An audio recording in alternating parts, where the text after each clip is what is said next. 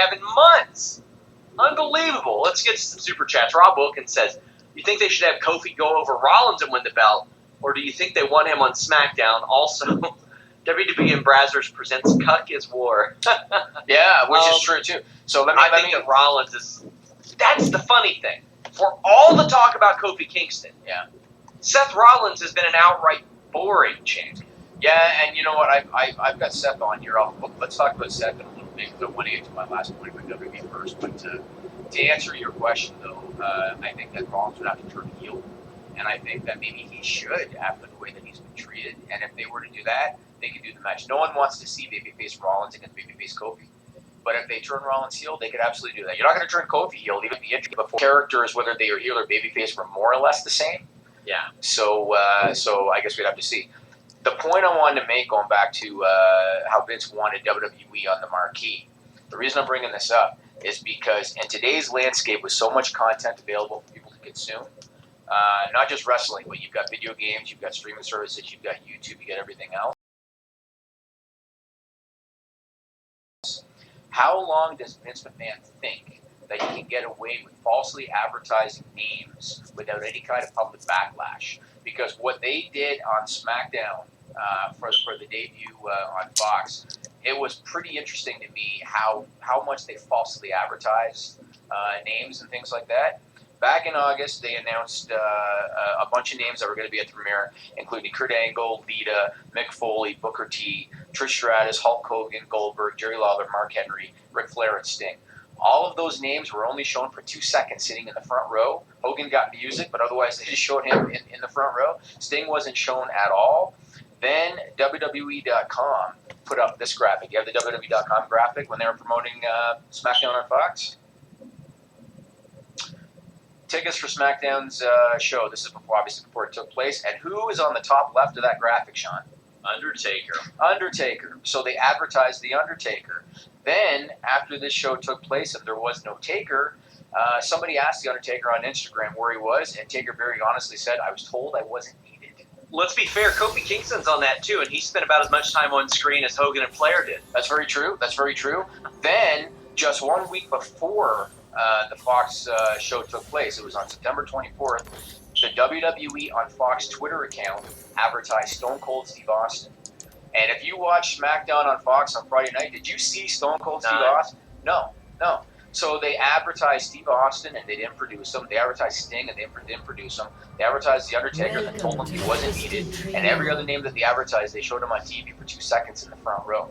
I watched all that and I thought to myself, again, how arrogant can you be in this landscape with so many entertainment options? All right, guys. That you think it's okay to falsely advertise names because you think the WWE is the draw on the marquee. How long? Everybody. There's a reason that they're drawing. So we gonna tap. And obviously, not producing big stars and having shitty storylines. Just stick to one. But falsely advertising names is another one. Yeah, I hate it. I just, man, it's frustrating to see so many easily correctable missteps. Well, I'm going to play devil's advocate first, okay? This is where I might turn into Alex for 2 or 3 minutes. I'm going to play devil's advocate. Let's look first at the SmackDown ratings for the last week. We've got a graphic for the same show. Oops, now I gotta go. The television ratings for the last week. Get wrecked, bitch. Got greedy. Now, if you look, they do it by network when it comes to network television. So I'm gonna get hurt soon. Friday Night SmackDown, they did 3.888 million viewers and a 1.4 in the adults 18 to 49 demo, which is obviously the demo that they care about for advertisers. Now, I don't know what Fox's targets are when it comes to viewership. Obviously, when you're looking for competition, they didn't come close to a lot of the competitors when it came to viewers, but they killed their competitors when it came to 18 to 49 demo. What's important? I don't know what Fox's viewership target is. I have heard that their 18 to 49 demo target is 1.0. Okay? That means that at least for 1 week, WWE delivered in the 18 to 49 demo. They gave them a 1.4. But here's where I want to play devil's advocate. This was their big premiere week last night. Yes. Alright? They advertised the wrong Get wrecked, bitch. You know I ain't do it, but that means that it is very possible that their peak was their premiere last Friday, right? For sure. Come on, why are you following? Oh my God, you idiot! Well, anybody who has watched one of their drafts this year knows it doesn't mean shit. Right, and that's true too. That's true too. So the first question that I ask, and this is our hypothetical question, but my first question is, what if WWE Oh my God. 1.0 Sorry. 18 to 49 demo as the weeks turn into months, turn into years? What happens? All right. Then add to that, Sean, the fact that WWE has been rewarding disgruntled talent with big new contracts. So Gallows and Anderson probably were going to resign. They gave them more money to get them to come back. Sasha Banks was upset, wanted to quit. They brought her back and gave her more money. Mike and Maria Kanellis were given more money. All right. Add to that, and you touched upon this already, the fact that we know that a lot of WWE talent has their contracts coming due within the next year, including some pretty high up names. All right. Big names. Some big names. What's going to happen when that time comes and those people are looking to leave? WWE is going to throw money at them, Sean, because they've got the money right now when they're getting $205 million a year from Fox and $200 plus a year from USA. The point I'm making is this: what happens 5 years from now if they're not able to maintain that 1.0 for Fox? If they've given out all of these big contracts to all these talents in order to keep them appeased and keep them, pacified, and then 5 years from now, the demand isn't there for when they're looking to re-up their contract, and Fox isn't going to give them another $205 million on a new deal. What happens if Fox comes back, or what if the demand is $100 million? What if the demand is $50 million? And all of a sudden your revenue is cut by half or maybe more than half, but you suddenly have overhead many multiples of what it was in 2019. What's going to happen then?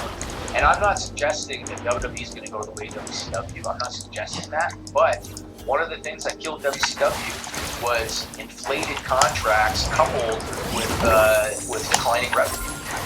And so what's going to happen if those things happen? If they're not able to maintain those numbers, and if they keep on appeasing disgruntled talents by throwing money at them, what do you think can happen in 4 or 5 years? I mean, you'll get a lot of unmotivated people who are there for money and don't care about being creative. And I mean, there are some performers that can overcome that. But there are a lot of creative. I ain't gonna lie, that shit been my kill.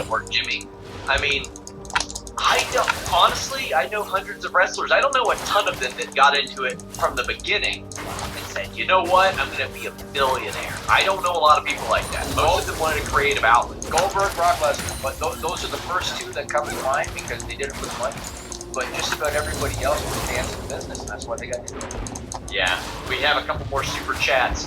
Umesh Rana says, do you think ending Come on, guys, tuck tuck the fucking. the right thing to do? Just to put a part-timer Don't worry over about that and right now. Velasquez's debut have been done better. I think it could have been done better by not having the title. It could have been done so much better than they did it. I thought they made Greg look like a bitch. Yeah, you know what? So here's part of the problem that I have. And again, a lot of people haven't seen the knockout in the UFC. Yes. WWE has to introduce these people to Cain Velasquez. And with all due respect to Cain Velasquez, because you and I both know how good the UFC fighter he is. He was. Okay, fine, whatever.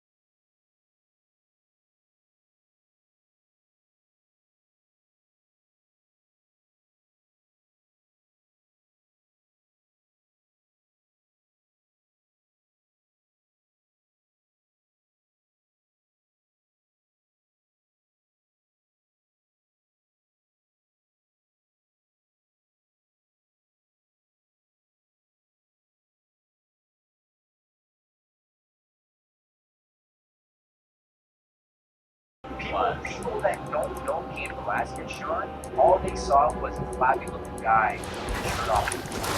And that is the fact. They don't agree. They could have presented them a lot better. I hated the way they did it.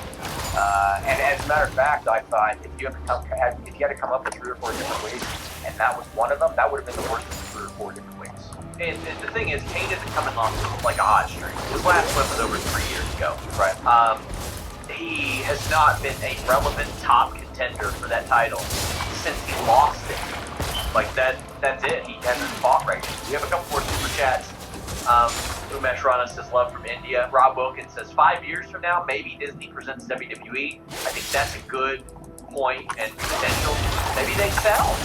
Yeah, I mean, they said they're open to business. Yeah, they said they're open to business. You're right, bitch. I think what it comes down to is what is Hunter doing?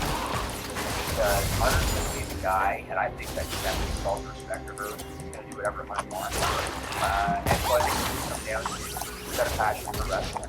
Does he want to sell it? You know what he could do, Sean? He could do this in a white deal. Come on, stop trying to run after those kills, dude. Oh, jeez, back up. Something like that because Hunter loves it. You know what I mean? I guess an overlooked aspect of this Kane Lesnar match. It's 2,000 feet above sea level, Jimmy. Kane ain't winning that. We have Kevin Langhoff who says, question for Sean. I see a lot of people saying that Becky will go to SmackDown, but she has a Raw Championship. Thoughts? Nobody that I've talked to has any idea where they're going right now. And if they take the Raw Championship over to SmackDown, that's dumb. That's dumb. And they really should have just named one the women's WWE title and one the Universal title. Right? They could just switch them.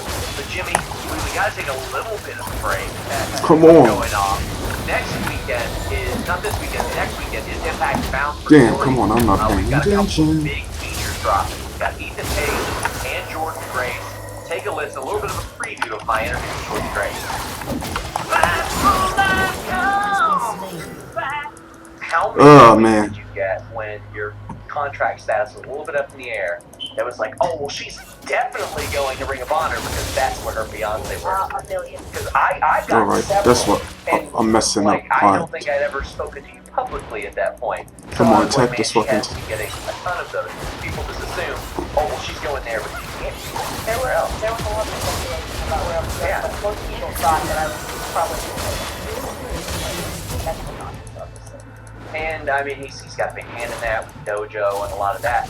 But I mean, why do you think it is that people, for some reason, think that wrestlers in different companies can't coexist in a relationship like that? I have honestly no idea. I think it's because like maybe the companies are competing with each other, Yeah. so maybe there's like some kind of discord in the relationship because of that. But there's nothing like that between me and John.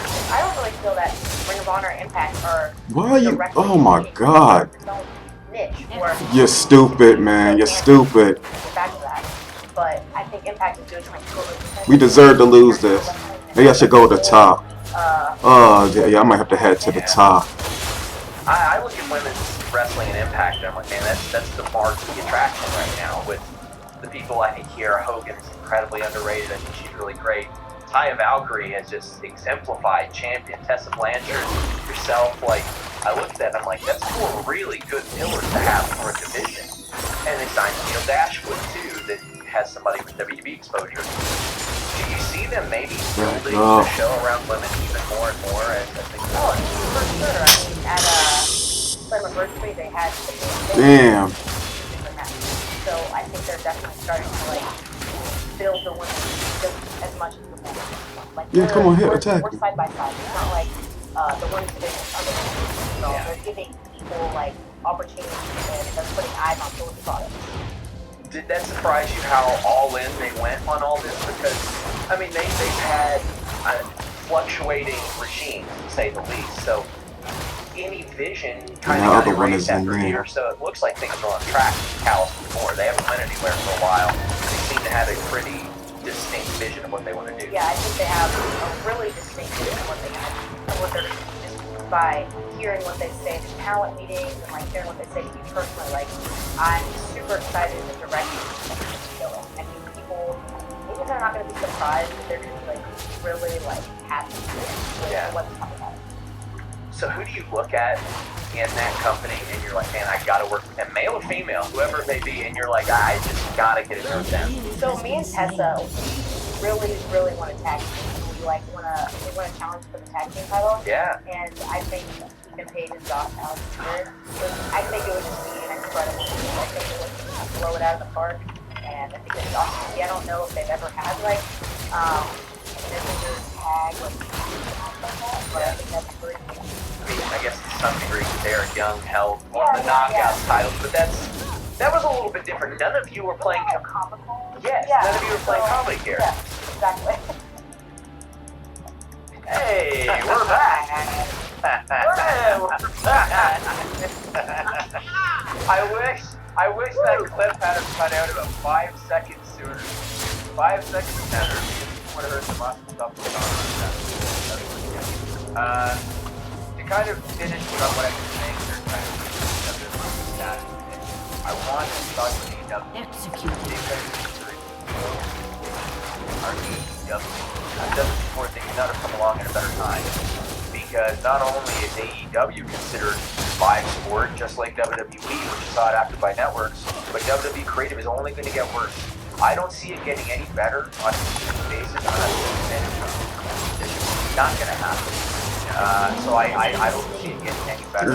There's a good chance that WWE will continue to turn on because of these creative ideas, and that means that there's a good chance that those fans are going to look for an alternative. And AEW is going to be the entity that can take advantage of that.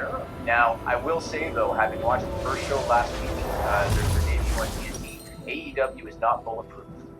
And because they are a new entity, you can only get away with sloppy stuff for so long. That tag match main event, when Moxley ran in, jumped Kenny Omega, he's attacking him outside, he DDTs him through a glass table, no DQ, the Young Bucks make like, you know, we have a match to work 3-on-2. We want to get our spots in. So Omega, you're on your own. Take care of yourself. The whole thing was stupid, and I'm sure a lot of people watched that going, "How is that not a DQ? The guy ran in front of the referee. The referee's watching him."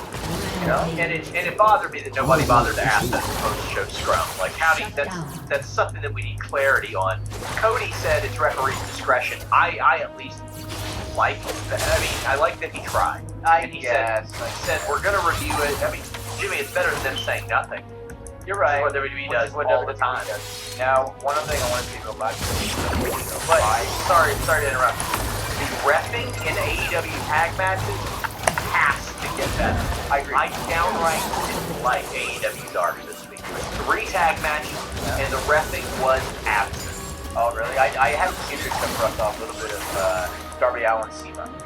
That's all I saw. So. That was good. I like that. Yeah, it was all right. One other thing I want to say about AEW show last week. I love DK. I loved it. I think we've talked before, Sean, about how WWE should be a time off cycle because not only does it give the talent time to kind of refresh and heal up and everything, but they come back harder than when they left. The crowd's happy to see them. Yeah. Jake Hager, when he left Jack Swagger, he was kind of a big card guy. You know, he didn't have a massive family. He leaves WWE, goes into MMA. He has a couple of wins in Bellator. Now, granted, they were against Jersey fighters, but still, he has a couple of dominant wins in Bellator. And now AEW picks him up. I think he is a solid pickup. The guy is deceptively huge, physically. And I'm sure he's going to keep fighting in Bellator so long as he's winning. And I'm sure maybe, you know, AEW is going to be able to look up. What are you doing? Check the fucking thing. Winning in Bellator, he is a big pickup.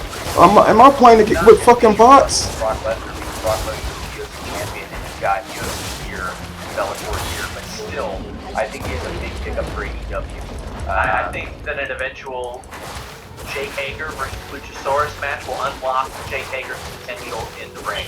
What are you doing? MLW run, and I mean, we always hired him at one point. Yeah, podcast. Remember, we were in really like close negotiations with him. It was going to be him and his wife, from what I remember, but ended up doing it. Don't. I'm going. He went the Bellator route. I think that's good. Damn, I'm losing control. Hate when that happens. He has been journeyman fighting. That's very true. And I mean, Batista struggled with it. Yes, he did. All due respect to Batista, he struggled with it too. Now, granted, it was a debuting guy against a guy who had like 30, 40 fights, and that's still dangerous. I mean, you are. But we've seen it, and I like it.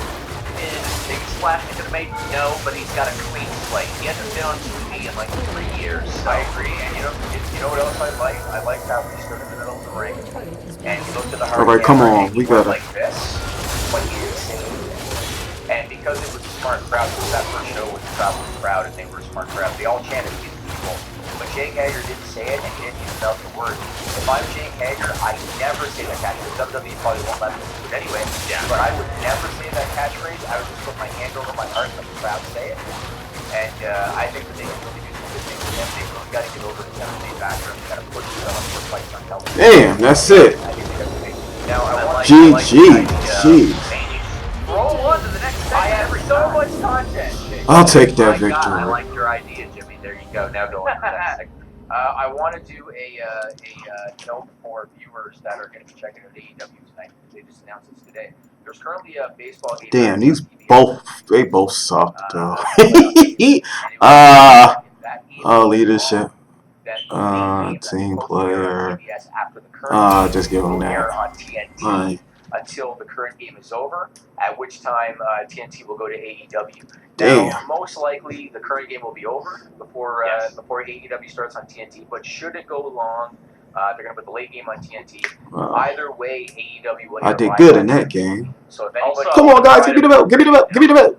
Alex is not on tonight's show. There are going to be people that cry and say, "Oh, there's Alex. They got rid of him because he criticizes." Alex is on vacation this week, Oh, guys. is This may come as a shock to some people who Damn, think I ain't that getting no vote. banished Give me my vote. Alex Give me my vote. from Raw Give me and my vote. SmackDown shows. We want fair reviews. We don't want someone to come in and immediately, if What's like this? Braun Strowman and Roman Reigns have the greatest match of all time, to be like, yeah, but I want a fair review. And Alex felt like he could fairly review AEW and NXT before. I ain't doing no So world we're tour. doing that. Denise is on Mondays. Warren is on Fridays. But Oh wow. you guys are one They of those still people vote that say, and still "Where's voting. Alex? Oh, somebody's still I don't voting. know where he is. All right. I can't get a button. Peace.